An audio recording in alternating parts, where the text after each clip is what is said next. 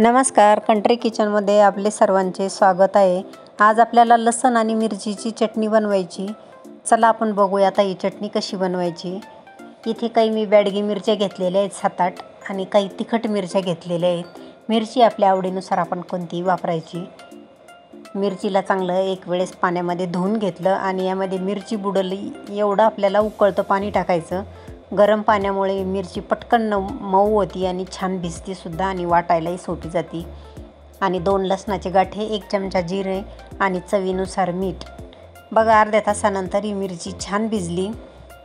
आता या मिरचीला आपल्याला खलबत्त्यामध्ये टाकून याला बारीक करून घ्यायचं आणि हे पाणी आपल्याला असंच ठेवायचं।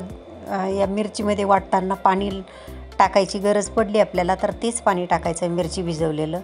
बघा ही चटणी आता बऱ्यापैकी आपली बारीक होत आलेली आहे। यातच आपल्याला आता लसूण, मीठ आणि जिरे टाकायची आणि एकदम बारीक या चटणीला करून घ्यायचं। किंवा आपण हे सगळं साहित्य मिक्सरच्या भांड्यामध्ये टाकून मिक्सरमधून फिरवून घेतलं तरी चालतं।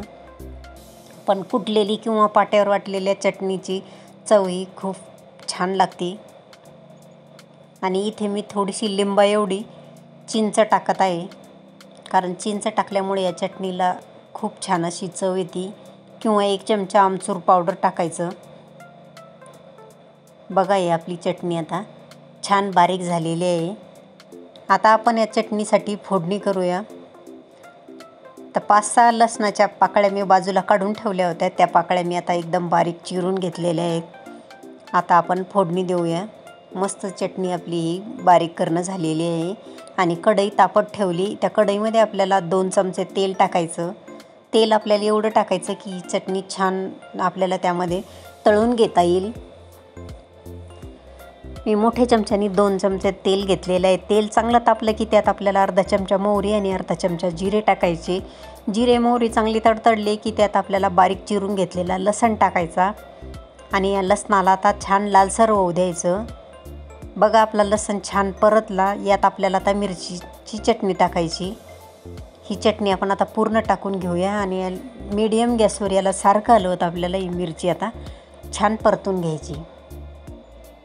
हे बघा खूप छान असा कलर आलेला आहे तिला आणि खूप छान अशी चटणी दिसत आहे। तेल सुटेपर्यंत आता ही चटणीला चांगलं आपल्याला परतून घ्यायचं। यावर आपण थोडीशी कोथिंबीर टाकूया। अशी आपली आता लसूण आणि मिरचीची चटणी तयार झालेली आहे। ह्या चटणीला थंड होऊ द्यायचं आणि थंड झाल्यानंतर पॅक झाकणाच्या बरणीमध्ये किंवा डब्यामध्ये भरून याला फ्रीजमध्ये ठेवायचं। ही चटणी 15 दिवस खराब होत नाही आणि आपण सुद्धा अशी चटणी तयार करून बघा आणि कशी झाली ती कमेंट करायला विसरू नका। आणि आजचा व्हिडिओ पाहिल्याबद्दल धन्यवाद।